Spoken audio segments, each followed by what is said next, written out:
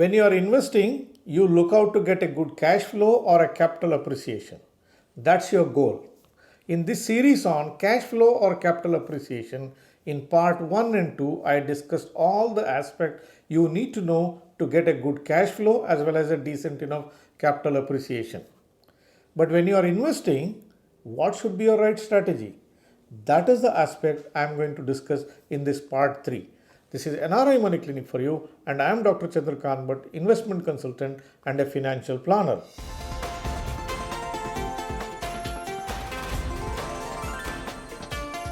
NRI Money Clinic.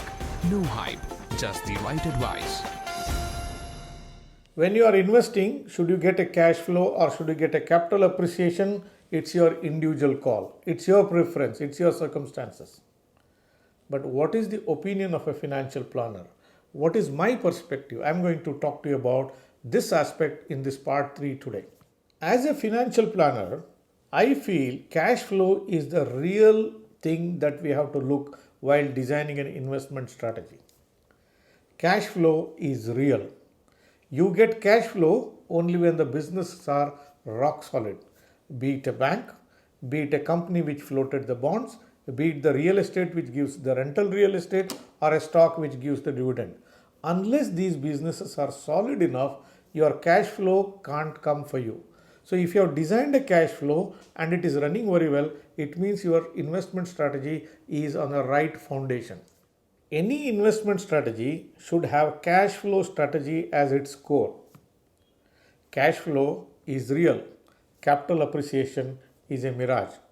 So when compared to this capital appreciation, as a planner I feel cash flow strategy is rock solid. It is the foundation of any investment strategy. But can we depend only on a cash flow strategy for a long-term planning? If you depend only on cash flow strategies, it will suffer from some of the problems. The problem is you will not be able to create wealth. When will you be able to create wealth? You will be able to create wealth when the money that you have invested today is worth more than what it is today. If it is buying certain amount of goods and services today, in some point of time in distant future, it should be able to buy more quantities of the same goods and services. Then you can say the purpose of investment, that is creation of wealth, has been achieved. But if you depend only on 100% cash flow strategies, this objective will fail. Obviously, your investment strategy should have both cash flow in mind as well as capital appreciation also in mind. When you invest for the sake of capital appreciation, there are many things which are not under your control. Why say many things? Most of the things you cannot control. You do not know when the capital appreciation happens. You do not know how many years you have to wait for this.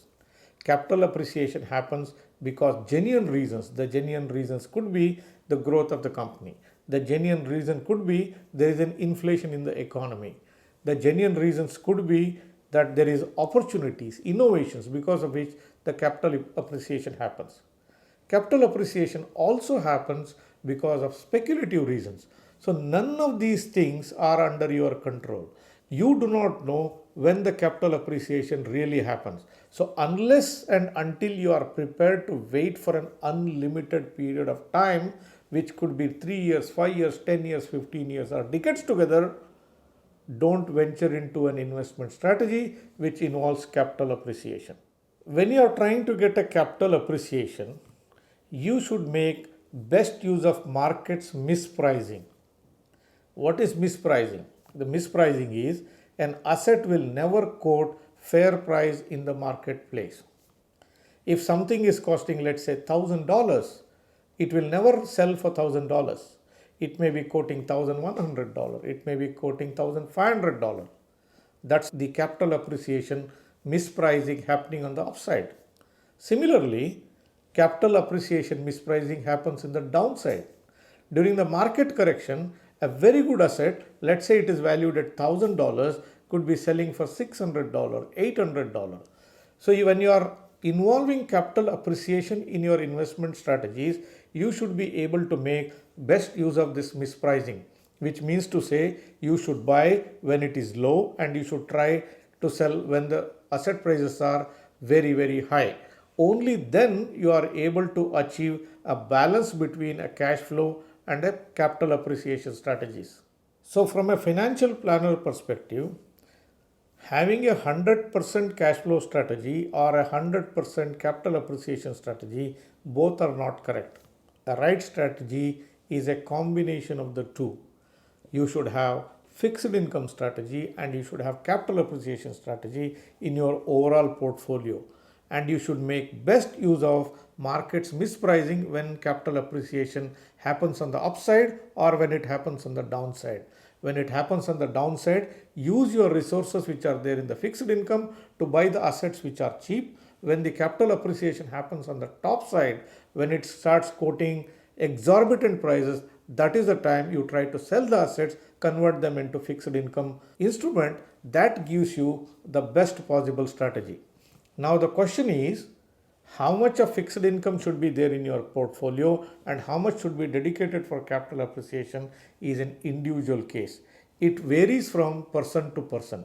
It depends on their age, it depends on the risk profile, it depends on the customer's expectation. There is no fixed formula there, but for everyone, right from the person who is just starting his investment journey or for a person who has retired, both should have a combination of cash flow strategies as well as a capital appreciation strategies built into their investment portfolio. Dear viewers, if you have an intention to build an investment portfolio which generates good cash flows for you as well as goes through a capital appreciation over longer periods of time, you can make use of my services. I have shown my contact number here on the screens. You can reach out to me through a WhatsApp message from any corner of the world. You can make best use of my services like hundreds of people who are using our services across the globe. Dear viewers, if you get some insights into how to design an investment portfolio, please like this video. If you are watching this program for the first time or if you are yet to subscribe for this channel, please hit the subscribe button and press the bell icon. Don't forget to share this video with your near and dear ones. Thank you very much for watching this episode on NRI Money Clinic. I will be back with you with one more video very, very soon. Press the bell icon for more details and subscribe our channel.